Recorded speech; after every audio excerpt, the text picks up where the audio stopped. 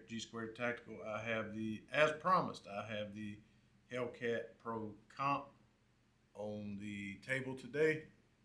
We did have it out at the range about a week ago, maybe. Put some rounds through it. Already put the video up for that. Would invite you to go over there and look at it or check it out. I will be doing some more follow-ups with this firearm, simply because if you've watched the channel in the past, you know that I don't necessarily have a love affair with all things Springfield polymer. They are some of my favorite AR-15s.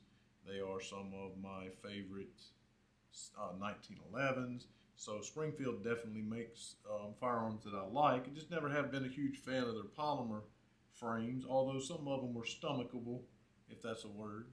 I did like the Echelon a lot. I kept it actually. But I always was a Hellcat hater. I'm gonna say that from the beginning. And if you don't like that, then yeah, rake me over the coals about it in the comment section. It'll be fine. Because not everyone likes the same thing, and I just never was a fan of the original Hellcat. I was not a fan of the Hellcat Pro, and then here we have this with a single port comp up front. And with it being at the range, I will say that the other Hellcats that I have had immediately, in the case of the original Hellcat, I never even done a tabletop. I done a range review and immediately sold it. That's how much I disliked it. Again, the firearm function, there were no problems with it. It just wasn't my speed. It just wasn't for me. Much like the Shield Plus, all of the Shields. I've just never been a Smith & Wesson Shield fan, and that's okay. We all like something different. I just never was a Hellcat fan. I do like the sight system on this. I do like the literal U notch at the back, and I'm not a fan necessarily of the green front sight, but I do like how it fills the void on the rear here perfectly, and it really allows you to focus on that front sight, and I really do like that. The green front sight tritium field, it is okay in most cases, but since I shoot outdoors, it kind of sucks a little bit because I'm shooting at greenery, at trees and things like that. So sometimes, especially in the right lighting, it can be difficult to pick that up. But either way, I do like the sight system. I've always liked the sight system on the Echelon, the Hellcat Pros, etc. And I think maybe they might have even put a similar setup on a different gun that I can't think of right off the top of my head. But I like the sight system. This one, just like the others, is optic ready for the RMSC Shield footprint, which I will probably at some point, I don't know when, put a Hollison 407K up here. That'll probably be my go-to. So either way, texturing on the grip and everything seems to be similar, if not the exact same as the Hellcat Pro and the other Hellcat variants, which again, I never had a problem with. Just they were smaller, of course, so they weren't a great fit for me. Extremely, extremely snappy. I mean, that was one of my biggest complaints about the original Hellcat Pro. I'm sorry, the original Hellcat and even the Hellcat Pro was just super, super snappy. And it didn't seem to take any of the snappiness out of it when they went to the larger Pro. It still seemed to be just super, super snappy, which for folks that this is marketed after, in a lot of cases, women, I know my wife liked, the size of the Hellcat and everything, but she just couldn't shoot it. It was just, overly snappy. So was this one snappy at the range? Well, I'll say this, with all of these comped guns coming out, it's wild how that it seems some of them work and some of them seem to make it worse. Some of them seem to make no difference at all. As in the case of the Shield Carry comp, what little bit I got to shoot it before the rear sight broke, yes, of course, it pushed down on the front of the slide and got me back on target faster, sure. But the recoil actually seemed worse than the original Shield. that was not compensated. I don't know if that's true or not. It's been a while since I've shot that gun, but it seemed that way. It was just crazy, crazy snappy, which kind of leaves you in a place of why? Why have a longer barrel when you could just have the original shield if that's your speed, if you like it? But it didn't really seem to work for that gun. My Prodigy, man, did it ever work for that gun. My Canik TTI, man, did it work for that gun. My Glock 357 SIG, and I believe it's a 31, actually it's a 32, man, did the ports in that barrel really, really work to not only tame the recoil, but keep you on target as well.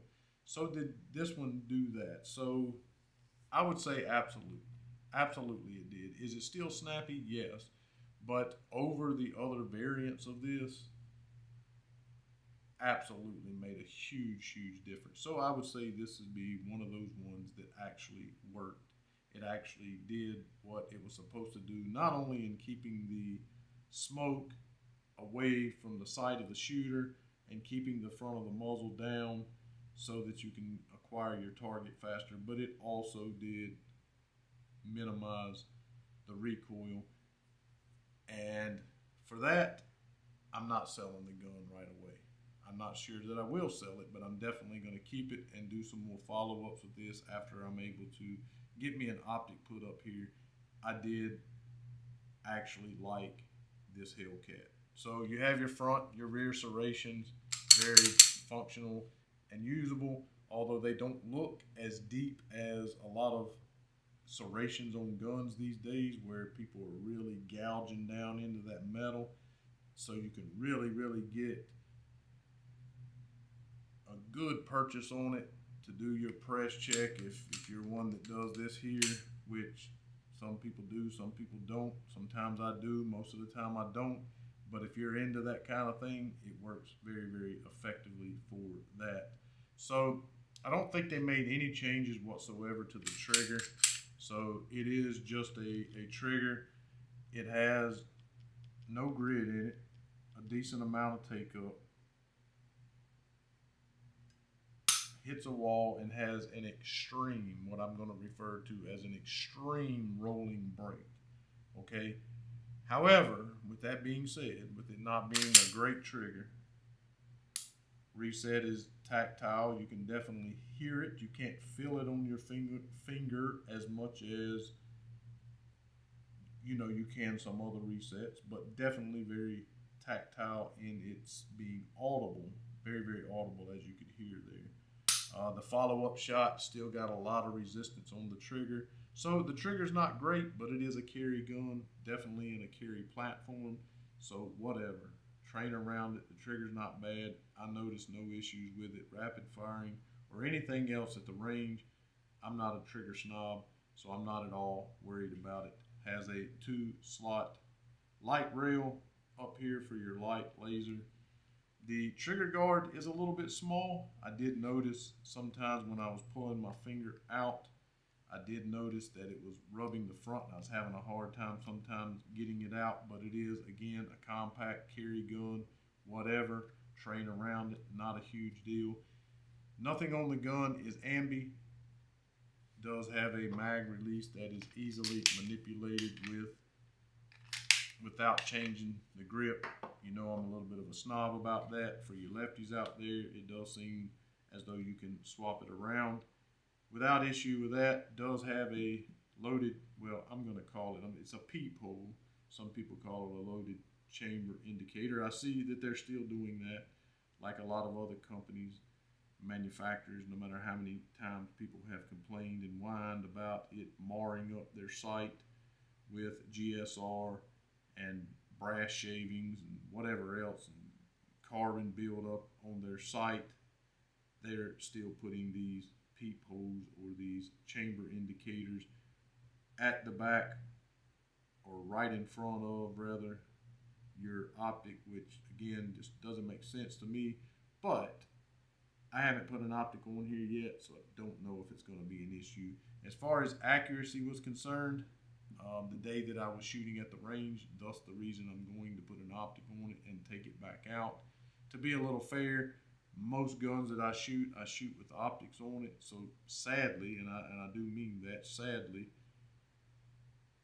it's getting to the point where we don't shoot with irons anymore. If we don't have an optic, we don't consider ourselves accurate. So I'm trying to a little bit get away from that and shoot with just the irons during the initial range review, so I can really try to test for accuracy on the irons. It was close enough. I was pulling a little bit left, but again, I had just picked the gun up, took it out to the range, and had not had any trigger time. Literally, you guys saw the first shot through the gun. So if I would have stayed out there most of the day and got a little practice, I'm sure it would have been fine. It was accurate enough. It was shooting within an inch and a half or so of in a tremendous group of where I was aiming, and it was a little left. So again, totally me. So as far as accuracy, I have no reason to believe it's not a super accurate gun. I actually enjoyed shooting the gun. Now, did I want to stay out there all day shooting the gun? I can't say that, but I wanted to shoot it some more. So it was actually a fun gun to shoot, actually a Hellcat that I'm going to hold on to.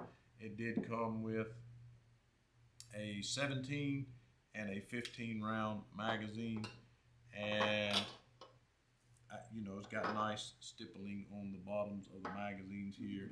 And even with just the 15 round flush fitter here, I was able to get a full grip on it, and it actually feels pretty good in the hand. Like the other Hellcats, right here in this area under the trigger guard was eating into my middle finger a little bit.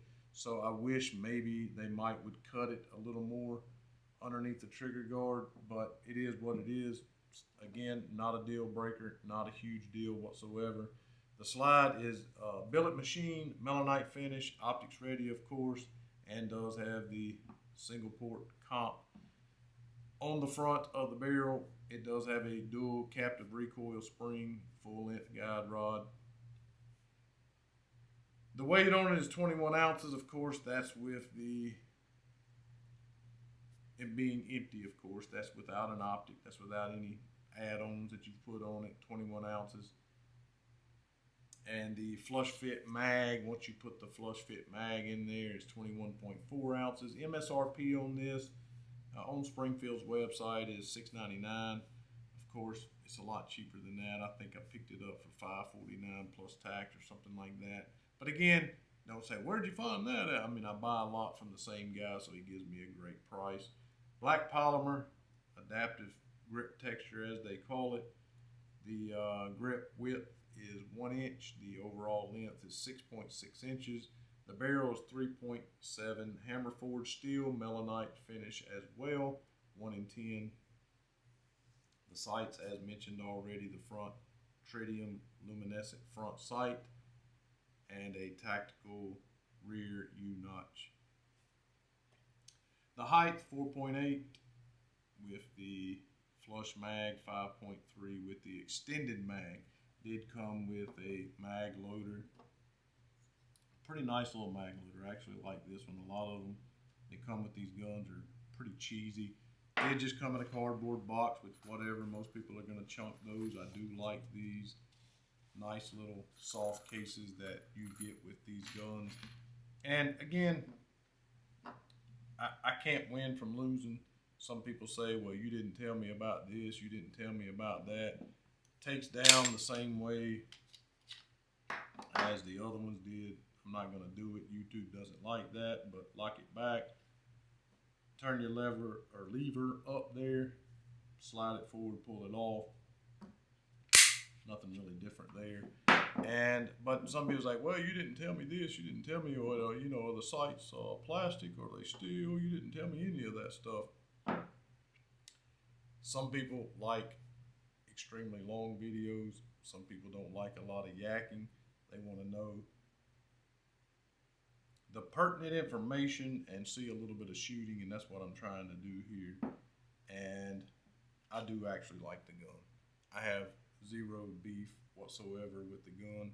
I really do like it a lot. So thanks so much for watching. And again, if you have any questions, I will be more than happy to answer those questions for you.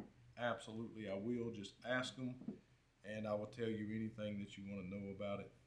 go over, check me out on Patreon. Consider supporting me monthly over there. Also, check me out on Rumble, gsquaredtactical.com. Pick up some gears, hats, coasters. Got all kinds of things over there. Again, I really do appreciate you watching.